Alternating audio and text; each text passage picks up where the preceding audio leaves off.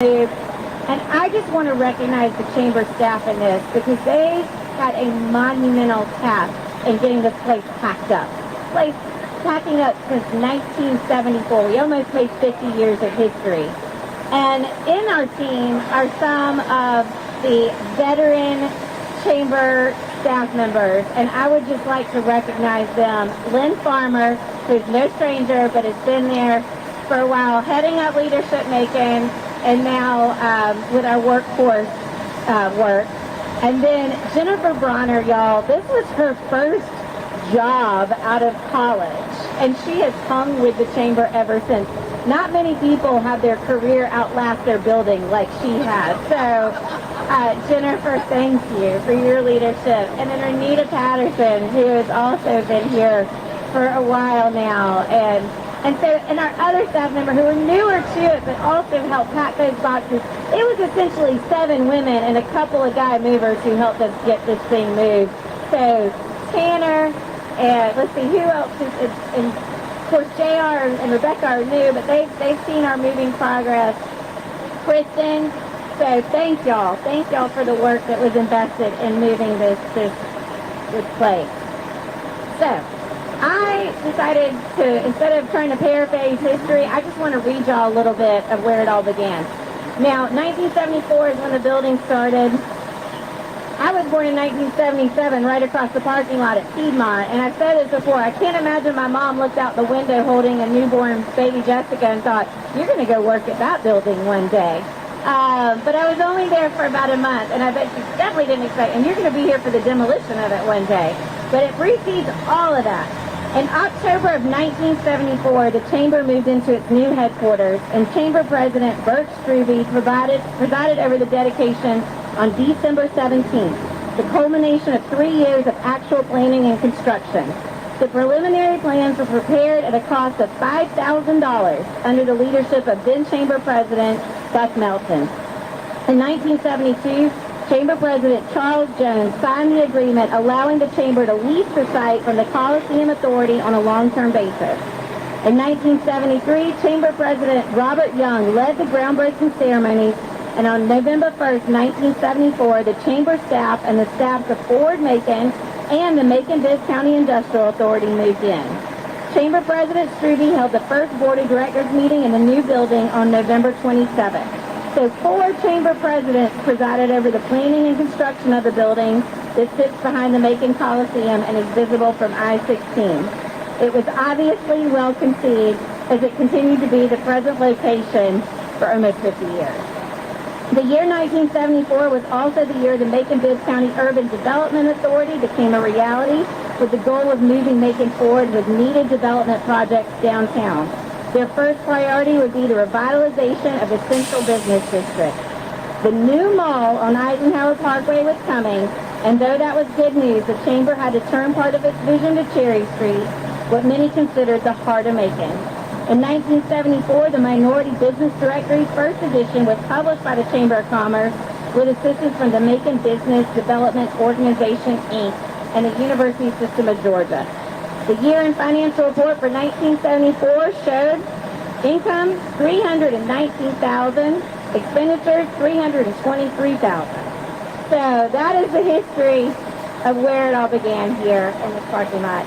With that said, someone who is tied closely to that history is going to speak more on that. His father became president in 1977, the year I was born, and of course designed this building. So please welcome Gene Dunwoody.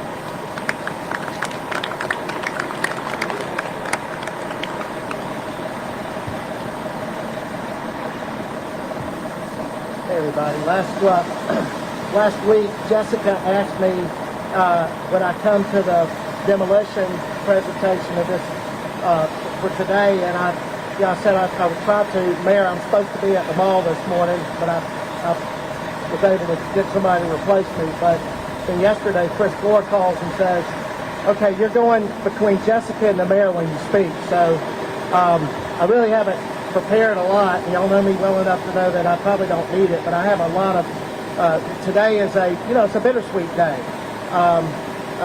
This has been a part of all of our lives. I got my chops doing volunteer work here as a Boy Scout stuffing envelopes. When it first opened, and Bill Matthews, some of y'all might remember him.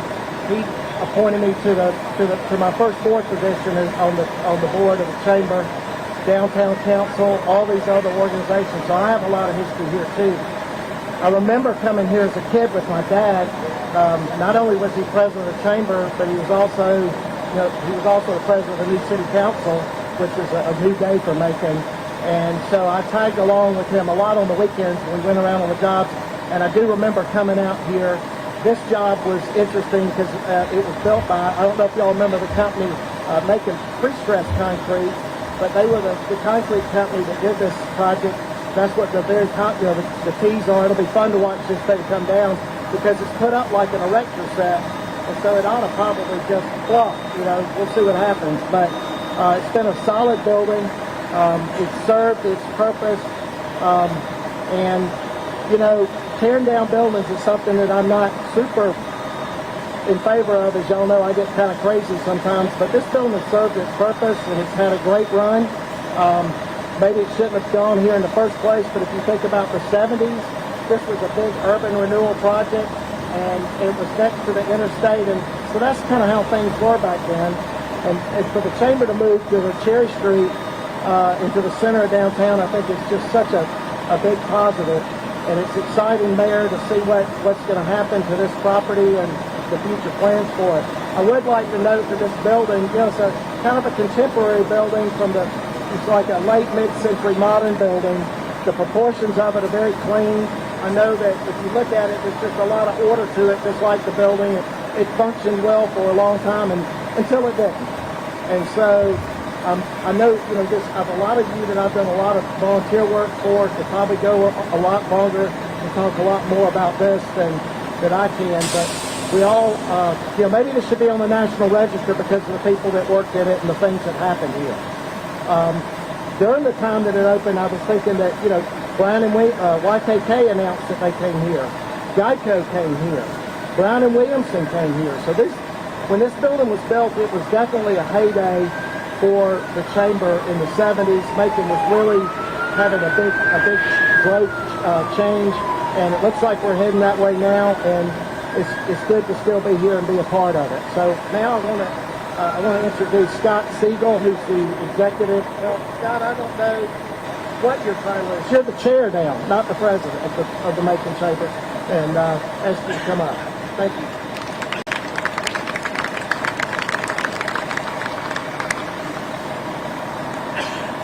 Thanks, Dean. I'm Scott Siegel. I'm the chair of the chamber this year, and I would like to thank all of the previous chairs that are here today. And I'd also like to ask everybody, Jessica had recognized the staff, so let's all give them a round of applause for everything they do every day. I know that this is about to come down, but I do want you guys to know that at 338 Poplar Street, the chamber is alive and well. And if you haven't been there, go look at it. It is really cool. They're doing great things. We're excited to have Jessica and the whole team on board. And if you're not a member, please join. It's a great organization. It speaks for business in the community, and they do a whole lot. If you're not aware of what we do, see one of the staff members today or go down and visit at 338 Poplar. But thank you for everything. Thank you for being here. And at this time, I'd like to introduce Mayor Lester Miller.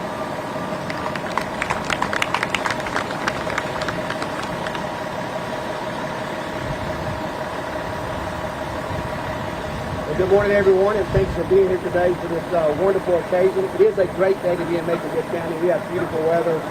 It is a little bittersweet. Most of you said this is a very bittersweet moment for some people. I would say out with the old and in with the new, but that just offends a few people. So I just said it, so if you get offended, so be it. It is a wonderful day. Thank everyone for being here today. We have a lot of our own directors here today. Thank you for being present. Macon got to start here. Dean, you're right. We're going to continue that trajectory of all the folks that came before, so we're very excited about that. I was going to say also that these walls could fall. But I won't say that because I'm not sure what they would say. Some of us would rejoice and be proud of it, and some of us will hope that it never comes out. But we were taking a great step in making this county today. As Jessica mentioned earlier, this is not, just like the church is not a building, it's the people in it. This building has a lot of sentimental value to a lot of us out here today. But it's the people and the businesses in Macon Dip County that really make the difference. So thank everyone for being here today. As mayor, I get to stand before you on a lot of occasions representing a lot of people. But today we're standing all the shoulders for those who came before us to make this happen. A lot of good businesses come through here, but also we've got a lot of authorities that work out this business here. I can think of the Urban Development Authority. I see Alice Morrison here today. Thank you for being here as one of those businesses that work out here, one of those authorities. The Industrial Authority, I saw Stephen Adams here. One of those authorities that work here. Education First is out of this building here, NBC, and of course the Chamber, and many others. So we're proud of all the things that come out of this building. Today is bittersweet, but this building must make way for the next project here on this very property. We're excited about what lies ahead in Macon Dip County in this particular area, to make Macon the place that we all love and know this to be. So this time, we want our great public works folks to crank up that engine and start the tear down. Thank you.